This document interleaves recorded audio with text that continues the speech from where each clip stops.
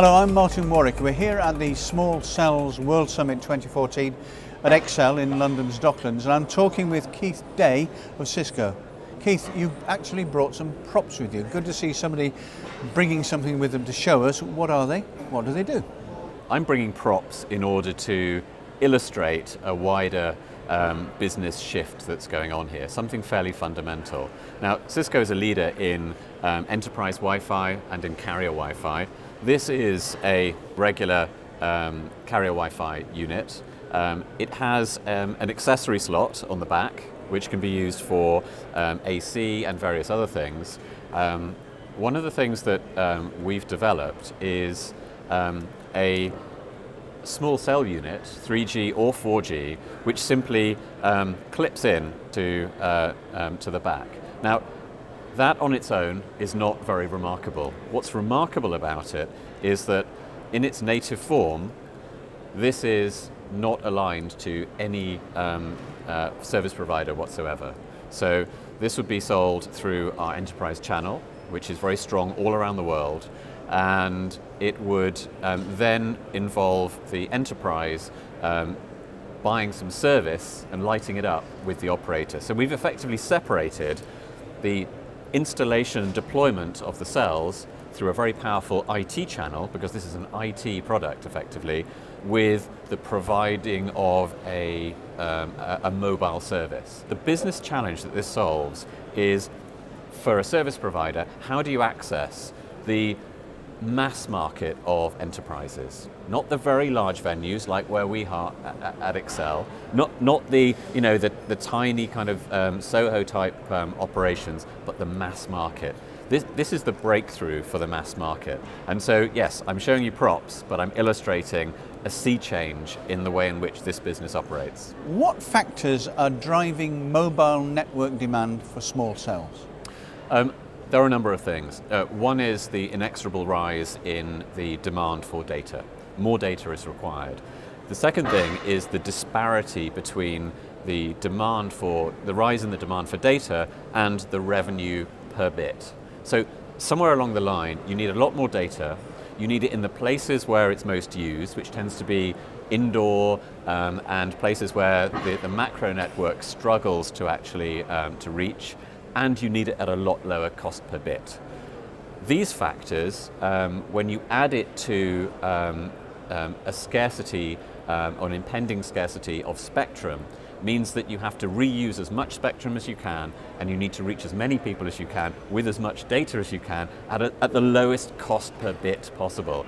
And small cells are pretty much the only way of achieving all of those goals and providing service where people really need it.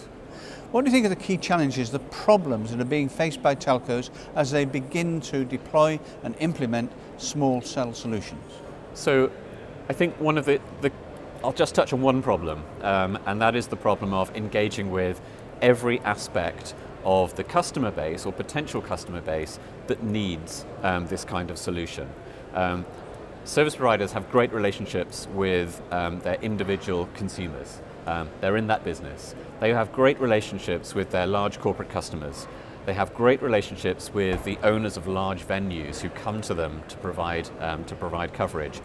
That leaves a massive gap, and that gap is the mainstream enterprise market, where they don't tend to have direct relationships, where they don't tend to have a force to engage with those businesses and to do it in a cost-effective way. So I think from a small cell point of view, there is a gap there between service providers on the one hand who have a great service to provide, and enterprises on the other hand who want to take control of their mobile environment and their mobile connectivity and maybe connect it into some of the other things that they're doing in IT. Now, do you think small cell technology is actually capable of delivering telco requirements now, as of this moment, or does the technology need more development? I think there's been a lot of scrutiny on just how good small cell technology can be. I think there's an understandable level of caution in going forward with small cells, because what you're effectively doing is going from something which is largely manually engineered and optimized to something which is largely based on algorithms and software. I think that small cells have been deployed now in enough volume that the algorithms are proven. And so, no, technically, I don't think that there are any barriers whatsoever for the deployment of small cells. The barriers, the obstacles are commercial, our business model, are changes in attitude, that's all. And how does small cells for 4G and beyond fit in with the move towards NFV, Network Functions Virtualization? So small cells are not just access points.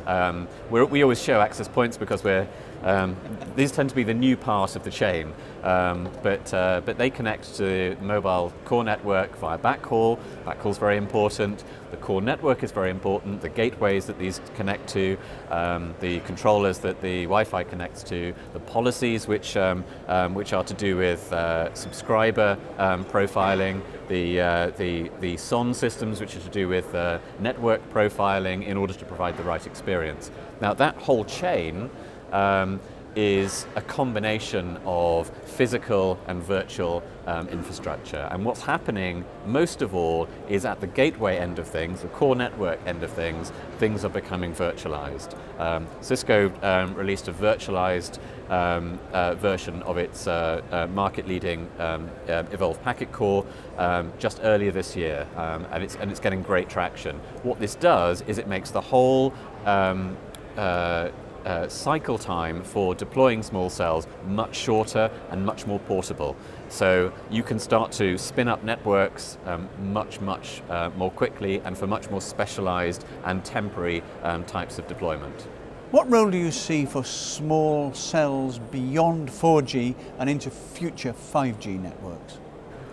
5G, or whatever we're going to call it, is about more data and faster. Ultimately, that's what it's about.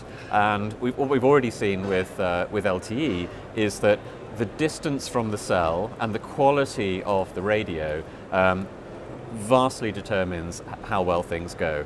And in addition to that, there is scarcity of spectrum. That doesn't go away. So there's going to need to be more reuse. There's going to need to be more short-range radio going on in order to provide the headline speeds for these new technologies. That won't go away. So the distance from the handset to the cell will need to be relatively short.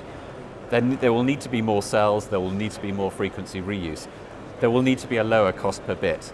All of these things are pointing in the same direction, and that is small cells. Small cells are the answer to providing a comprehensive experience of 5G and whatever comes after it.